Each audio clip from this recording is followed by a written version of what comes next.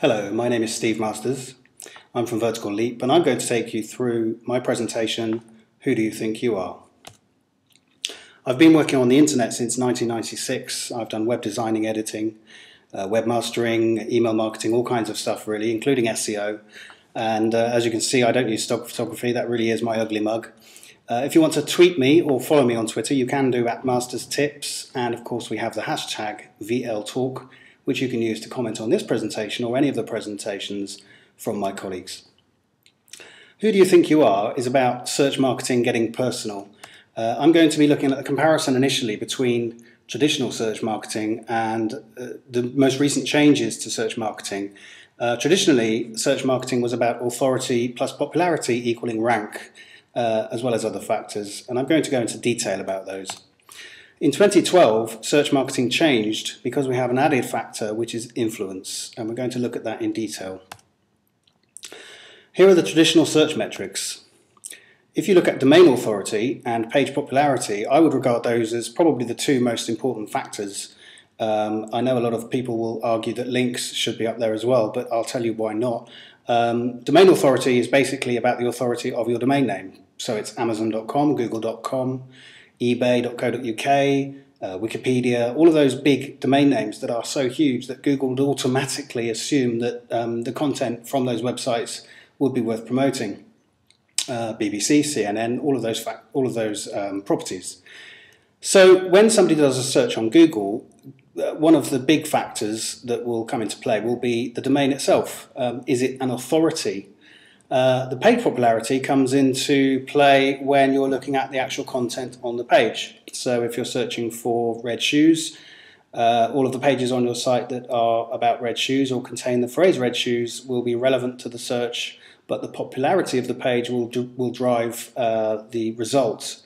The one that's the most popular, and that will depend on these factors. Inbound links, how many people are linking to a specific page. What are the on-page factors? How relevant is it to the search term? What's the keyword density of the page? What images do you have? What videos do you have? What's the quality of the structure on the content? And where is it hosted? Is it hosted on a fast server or a slow server? All of those things basically help Google and Bing to make the decision where your page and where your domain should rank in the results. In 2012, we have some new factors coming into play, and that's author influence. Now, when I talk about author influence, and you'll see from my later slides, I am talking partly about people who are authoring content, people who are writing articles that's being linked to. But when I talk about author, I'm also talking about people that are sharing content, people that are writing comments on Facebook, sharing links on Twitter, commenting on links on Reddit, on Pinterest, or anything like that. Those people are basically authors. They're creating content, and the influence of those people is a major part now of search results. And so when we look at inbound links, we are now looking at the quality of inbound links related to the author, the influence of the people that are sharing those links.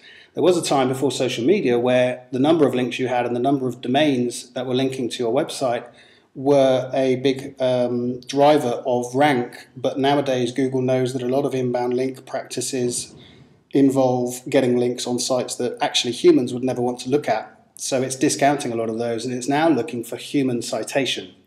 And social media is the place to look for those citations. And we'll look at that in detail. The first thing to consider is author markup.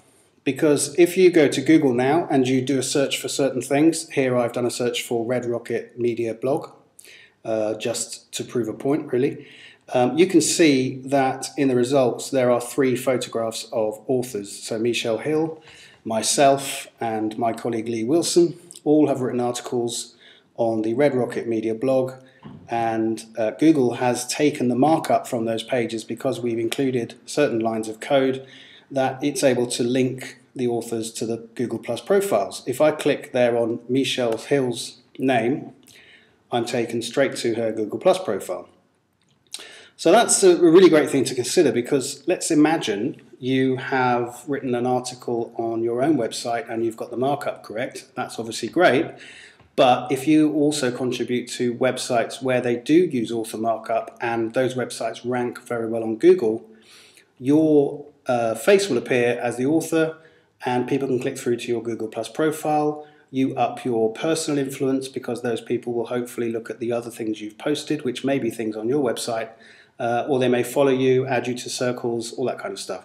So this is a very important development in the life of Google specifically, because a lot of people talk about Google Plus as being a social network, but it's actually a fabric that links lots of tools together, and it's kind of like an ID card that allows Google to say, we know who this person is, and we know that if this person has a lot of influence and a lot of friends, when they write an article, the chances are people want to see that article. And that comes into play in other ways, which we'll look at in just a second. First of all, we're going to look at how social signals impact all of the key ranking metrics. I mentioned about social links being an important factor now in where Google and Bing are taking their signals for popularity. Page popularity is impacted quite heavily by the number of shares on Facebook, the number of likes on Facebook, the number of links on Twitter, and other social sites. Clearly, all the traditional links are important too, but if you have a great number of people linking to your site from social networks, then the search engines know that there are human beings out there that are liking your stuff. The other influence factor is the size of your audience, because if you are sharing a link on Twitter and Google can see that you have several thousand followers and you're clearly not a spammer based on your profile, then they can give you some more authority. Therefore, the links you're promoting have more credibility because you're a credible person. Again, if, as Bing have said, if they see links being carried across Facebook and Twitter, that's a pretty good signal that it's not spam. I mean, if a few hundred people on Facebook and a few thousand people on Twitter are linking to something or retweeting something, then that's a pretty good sign that that item of content is genuine and popular, and it's likely to get a higher rank as a result.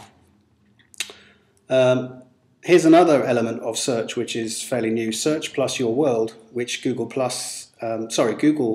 introduced not too long ago. And the idea of this is, again, you're logged in, so you're logged into your Google Plus profile. As you can see at the top of the bar, I have my picture there. That's telling me that I'm logged in, and in the results I can see when I search for my own name, my Google Plus profile appears on the right hand side in the bar. The more famous Steve Masters appears underneath me because he appears as a profile. And then on the left hand side you can see some of the results. You can see my LinkedIn profile, you can see my Twitter profile and my Facebook profile, and they all have little icons next to them to show me that those are personal results. Underneath it says you shared this. Now, clearly I shared those because they are my own profiles. But if I look at the next slide where I've turned off the personal results, you can see that on the right hand column I no longer appear, and in the left hand column the results have changed. I don't have any personal icons, and the third one down, if you look at the LinkedIn result, you can see that it's no longer linking to my profile, it's linking to LinkedIn's general list of people with the same name as me. So it doesn't know what Steve Masters I'm looking for, and it knows it has several. So it's giving me a more generalized result. Underneath that, you can still see my LinkedIn profile. Now that may be because my LinkedIn profile has been optimized better than the profile of other Steve Masters. It may be to do with the fact that I've got a cookie set somewhere and Google's showing me a different result to what it would do if I was on a different computer. But you can see that the results change depending on whether you're logged in. And again, if you have relationships with people that are in those results. And this slide demonstrates that beautifully. Here I've done a search for over-optimization. And in two of the results, I can see that Danny Sullivan has shared one item on Google+.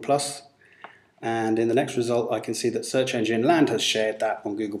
Now, the reason I'm seeing that is because A, I'm logged in, and B, because I have Danny Sullivan in one of my Google+ circles, and I have Search Engine Land in one of my Google+ circles. So Google knows I have a relationship with those people, and it's making an assumption that if I have searched for something and it has results from people who've shared those results, it's going to highlight that to me. It's basically saying you like these people or you like this brand, and this brand and this person is recommending this link, therefore you're probably going to like it too, which is a fair assumption.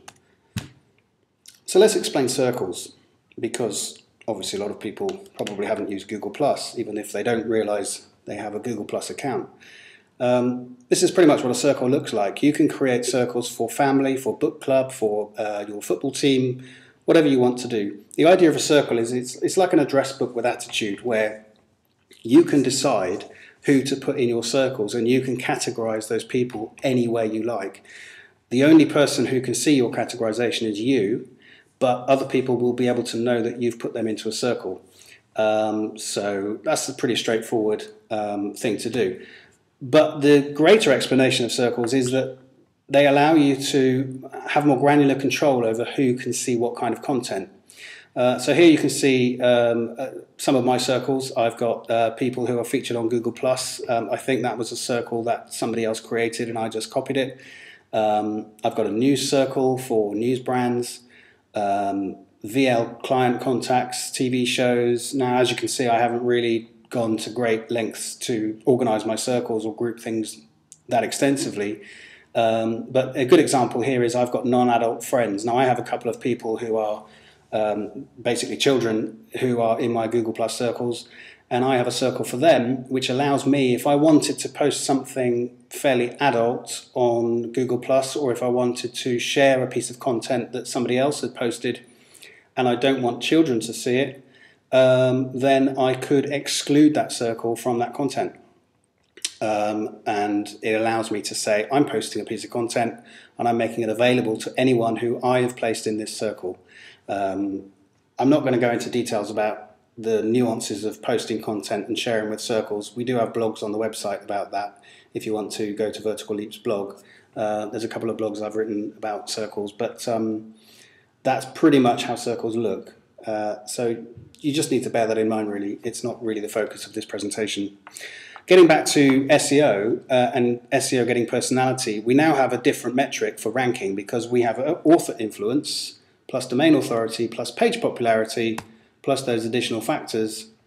And where we're really aiming for here is to try to get the bit in the middle. We're trying to do an online strategy that promotes our domain, that promotes our page popularity and our author influence. And that means we have to really engage socially and do all the right kind of online marketing things that kind of cover all those areas. Personal authority. If you have fewer followers on social networks, then you get a picture a bit like this.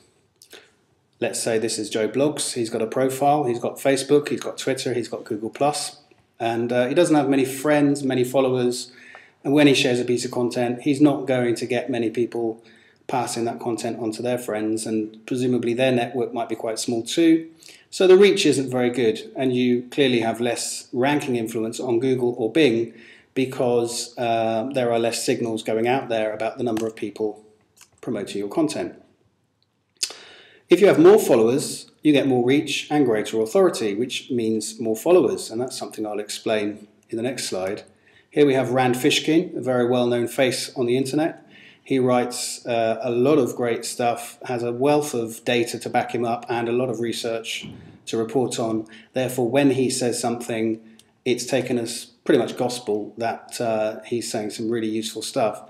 So when he's on Facebook, Twitter and Google+, he has a much bigger network to reach because he's so well known that clearly a lot of people want to follow him and hear what he's got to say. And not only that, he's got a big army of people that would love him to name check them, no doubt, because a name check from somebody as influential as Rand Fishkin would go a long way to boosting your own visibility. So you get to the level of Rand Fishkin and you get a massive network, and you can see just in this little illustrative example here that with a larger network you get more reach, you get more people sharing your content, and it just goes a lot further. And that takes us on to something that I call the SEO cycle, and this is kind of relating back to something that there's an article on SEO Moz that talks about this, where research shows that social media activity helps you to get a better rank on Google, but it may be that the better rank on Google is really coming from the fact that you're just getting a good rank, and your social media activity is increasing because you're so high up. So correlation is not causation. But what I'm saying here is that correlation is causation, is correlation, that they kind of work hand in hand. And this is how it works. Rand Fishkin creates a piece of content, or he shares a piece of content that maybe he didn't create. He's got a great network. That network then sends it out to, that network sees the results in Google because they can see that the shares that have gone on. So all of those people that are following each other, that are in each other's circles, can see who's been +1ing things or sharing things, etc. And that shows up in the ranks.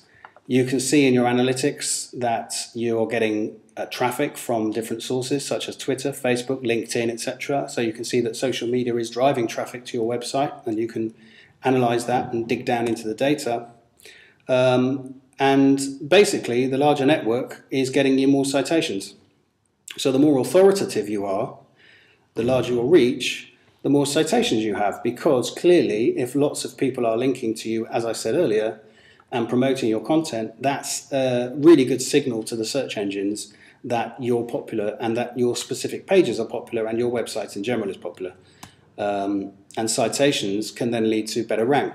Now, if you look at the second image on this slide, where you can see signs of linking over optimization in second position, I've cheated a bit here because I've doctored this graphic, but just to illustrate the point, I've now made it number 1. So what I'm suggesting here is that if you promote your content on social media to a wide network, then your rank may be in position number 2, for example, and then you go through a process of time, you're getting a much bigger citation pool, and that's sending a signal back to the search engine to promote your content because it's all of a sudden more popular than it was before.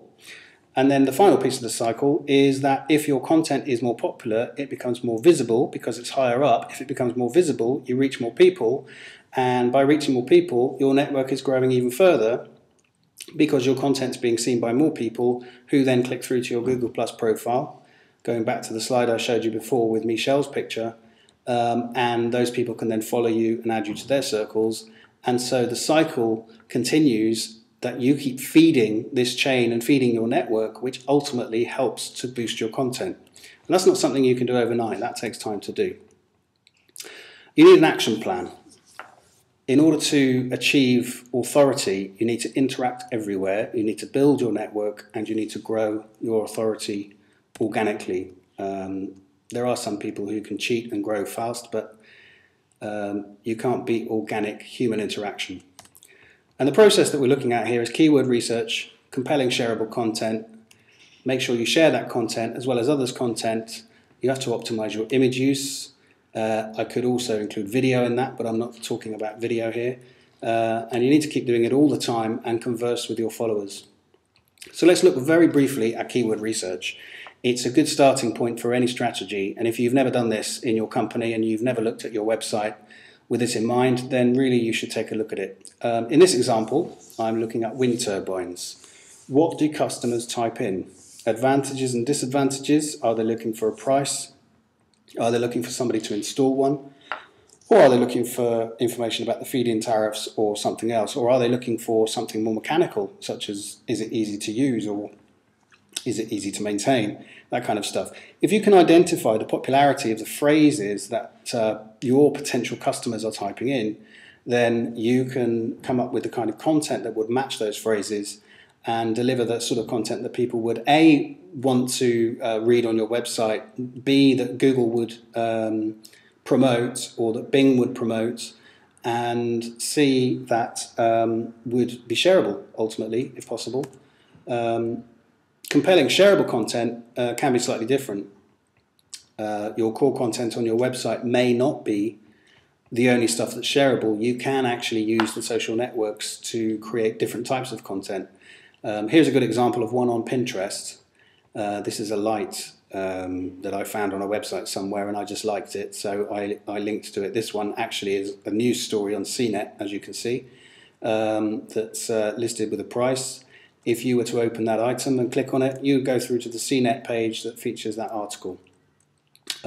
Great piece of content because it's a fantastic product that is instantly likable just by looking at the picture, and it's the sort of thing that I'm happy to share. Another example, YouTube channel. Old Spice has been written about and lauded by many people in the PR and marketing world just for the way they've used YouTube. Really clever use of YouTube over the last few years, and their channel is just incredible. The kind of stuff they've done is just really off the wall and just really good use of the medium, and it's less about the product and more about the idea of how they can use the YouTube channel to its best advantage, really. And here we have a good idea of a piece of content from Twitter. This is one I just came across the other day. I don't know this lady. I just came across her through some kind of search, I think. And you can see that this tweet is an opinion. There's no link there. There's no promotion of any commercial aim. It's purely a statement of opinion. And this tweet was retweeted 640 times. That's 640 people who potentially are now sending that out to thousands of other people who all potentially could come back and follow this Twitter account. So just through one piece of well thought out or well timed content, maybe a bit of luck occasionally, you can get reach. And again, that's nothing to do with the core website that person's linked to. The important thing to remember is to share your content, because creating content that's shareable is great, but you also need to share it yourself. Ideally, you're not the only one sharing your content, because it's much better if it's shared by lots of other people. But here's a good example of one, very simple. I could pick any one of many examples. Heinz Ketchup's Facebook page looks fantastic, very eye-catching. And a quick example of a piece of content that you would think, how boring is this? It's a single product. You could pick any one product from the Heinz ketchup range, and you would look at it and say, well, that's a product. What are we going to say about that? What have they done? They've used the Facebook mentality, the Facebook mindset, and just written something on top of it that says, if you're going on a road trip in the coming weeks, don't forget to pack this dip and squeeze. Now, imagine this product has been shared 81 times and it's been liked by 754 people. This item of content. If you went to a supermarket and walked around the supermarket, pointing at the dip and squeeze box and telling people to come and have a look at it, they would think you were crazy. You stick it on Facebook and all of a sudden it's a great piece of shareable content. Excellent brand exposure.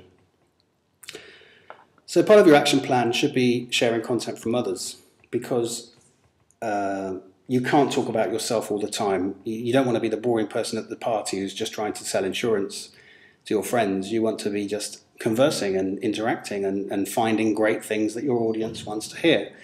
So Stephen Fry, who's probably the celebrity poster child of Twitter in the UK, he posts all kinds of stuff on Twitter. He doesn't just talk about himself. He doesn't just say what he's doing. He talks about things he's involved in, probably as much because people ask the questions more than he's trying to self-promote. But he also links to other things. He's promoting, in these examples, a charity concern, a theatre event that he's involved in, and he's replying to somebody, he's sharing links, all kinds of stuff. And Ashton Kutcher is another great example, because here we have a world-famous celebrity who's very active on Twitter, as many of you know, but he doesn't use Twitter to really promote himself or movies that he's in. He just uses Twitter to share stuff that he finds that's worth talking about. So a great use of the medium, really, where it's about the conversation taking place between you and the people that are in the room with you, rather than you just sitting people down and saying, hey, listen to me while I tell you about my products. And a more niche example is my MD, Matt Hopkins, who uses Twitter effectively to curate content.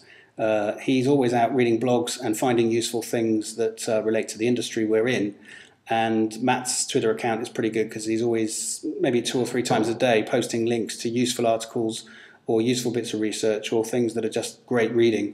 And again, very little of it is self-promotional. It's pretty much all linking to stuff that he's found that he thinks other people would enjoy reading. And that's a great use of Twitter, but you can do the same thing on Pinterest, you can do the same thing on Facebook. Social media really should be about an emulation of real-life conversation. And if you are not emulating real-life conversation, you're not using social media properly. Images is one area that I really do focus on a lot with my clients, because so often I find that they forget them completely. They forget to use them, they forget to optimize them, they forget to name them correctly, and they don't understand how important they are to the traffic. Here's one very good example. This website, Holiday in the Dordogne, is a website that I look after. On this particular page, which isn't the home page, we have an image. It's a stock photography shot. It's on several different websites. But if you go to Google and you search Google Images for Dordogne, France, and I believe Dordogne as well comes up pretty high, you can see it's the fourth image. And this website gets quite a bit of traffic from this keyword or this key phrase. And I know that it's because of the image position more than the text position. And the same is true of other pages of the website where we have this image or other images from the website that are ranking really well in Google Images. So you can't really forget that images are important. Here's another screenshot from Pinterest where you can see the same photo being shared. Classic example of a great photo that is just so delicious to look at. People want to share it, they want to use it and show it off. And again, these are opportunities to get people linking through to your content who probably would otherwise never hear of your brand. And if you look at all the websites that are out there, here are just a few of them: Pinterest, Instagram, Facebook, Tumblr, Flickr. They're all photo-driven websites. And Pinterest, for example, which is a very fast-growing website for sharing content, if somebody comes to your website and then decides to pin something, and you don't have an image that Pinterest can read, then you can't pin it. Basically, your content can't be promoted. Well, I've gone back there, sorry about that. Let's go forwards. So images is really important. And finally, I just kind of want to round up by saying that the personality is about authority. It's about interaction. It's about the kind of who you are. And none of this is hard work. It's hard. It's all hard work. Anyone can do the stuff that I've looked at here. Anyone can optimize their site. Anyone can write content, create videos, create images. Any website owner can do that, but generally it's just hard work. It takes time, and to do it well and to do it organically, it just takes a bit of investment. But you know, that's what we're here for. If you want to follow me on Twitter, as I said, my Twitter account is Masters Tips. Please use the VL Talk hashtag, because at any time, any feedback that we get from these presentations is useful. And go and look at the Vertical Leap blogs at verticalleap.co.uk. Plenty of more information there about Google+, about social media marketing, content marketing, and anything else that you may find useful. And we're just a couple of clicks away. You can come and talk to us.